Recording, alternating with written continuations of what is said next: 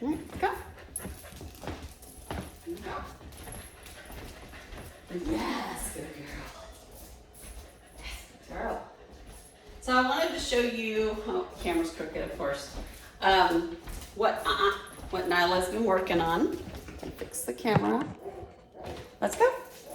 Yes, very good. Off. No, let's go. Yes. Very good. Back, back, back.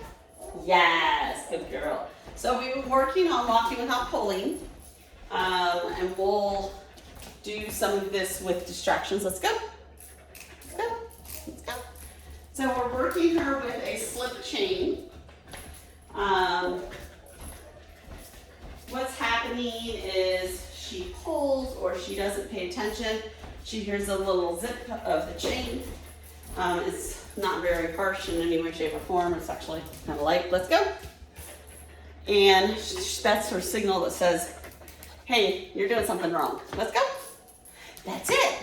Good girl. Let's go. She's actually creating that sound. I'm not really doing too much to do it.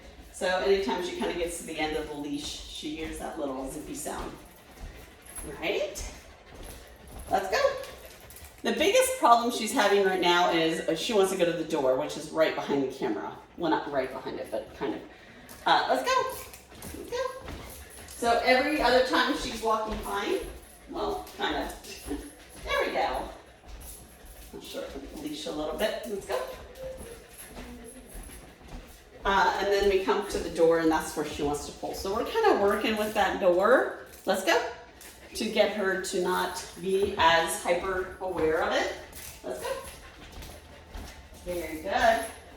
I'm also turning into her so she knows to get out of my way. She's doing a good job at that as well. Very nice. So this is part of her confidence building. I didn't want to do too many things. I was pushing her too hard on the first day. She's still a little unsure of me. You can see her tail is tucked a little bit. Let's go. Yes, very good. And she wants to take treats from me. So I'm trying to give her a verbal praise to let her know she's doing a good job. She's following me. She doesn't dislike me. She's not mom. She's not you. So let's go. Let's go. Yes. Good girl. Can you sit? Nyla, hey. Sit. I know, you're very aware of the door you came in. Sit. Nyla, sit. Yes! Yeah, I know. And as for her crying in the kennel, which she did a lot of the last time she was here, this time, let's see, she got in the kennel, I think she was dropped out for 5:30. She did not make a peep until last out, which was 9 o'clock. From 9 o'clock to 10 o'clock, it was nonstop whiny cry bark that she does when she's lonely. She wanted to be with somebody. She wanted some attention. I let her bark that out because upstairs, the kennel that she's in, it's not directly underneath the return vent, so it wasn't incredibly loud. It was just faint enough that I could hear it and I was aware of it.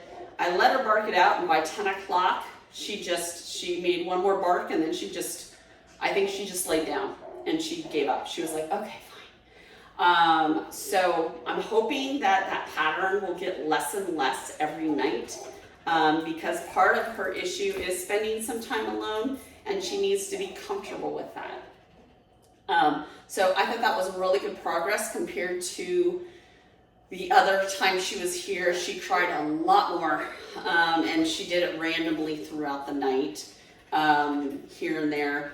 Again, it wasn't so bad that it bothered me. It did wake me up, and then, I'm kind of used to hearing some noises, and I was aware it was her, and I knew if I came down, I would make it worse. So this time around, I think she did a fantastic job for her first night. I'm hoping over the next couple nights, she will decide just not to bark. She seems very content in the kennel, although I can tell she is anxious in there. Nyla, hey, can you sit? Touch back. Very good. Good. We're going to give her a couple commands. I know she's mostly here for that confidence building and separation anxiety, the walking, and the counter surfing. We will work on all of those things. Sit. I just sit. I think I might give her a placemat command because I think that will be really good to have her spend some time alone, not be like right under your feet all the time. I know, you're staring at the door, babe. I know. I'm gonna sit. I'm trying to give her something else to focus on so she's not as focused on the door. And that's essentially what the placemat will do, is hopefully it will get her something else to focus on so she is not focusing constantly on you, which obviously can be a problem in the long run. So, sit. Yes, that was much better.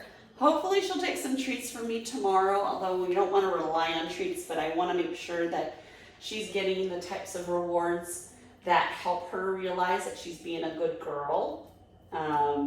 We'll do some actual confidence building. I'm really focusing on walking today and just making friends with her. Tomorrow, we'll probably get started on your placemat command and actually do some confidence building exercises.